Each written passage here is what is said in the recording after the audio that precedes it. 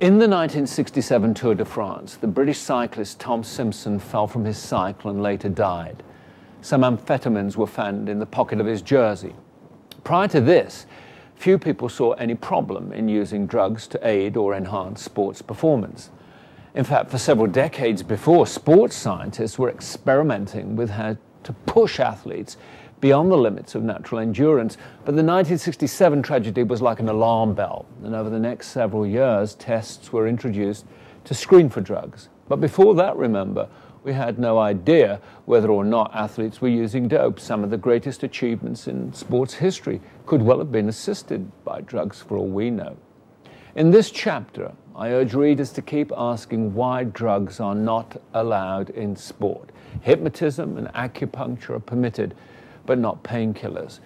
You can have corrective surgery to give you 20/20 vision, but you'll get disqualified for drinking too much caffeine. There are, let's call them anomalies in the rules on doping, and this chapter tracks back to the early attempts to use drugs quite legally, then explains why sports organizations turned so dramatically against doping. The conventional reasons are not quite as sound as you might think. Perhaps sports organizations have been under pressure from sponsors not to have any associations with drugs. Whatever the reasons for what has become a crusade against drugs in sport, the fact remains, doping does not seem to be a soluble problem. When Ben Johnson was kicked out of the 1988 Olympics, drug testers said this was the beginning of the end for drugs in sport.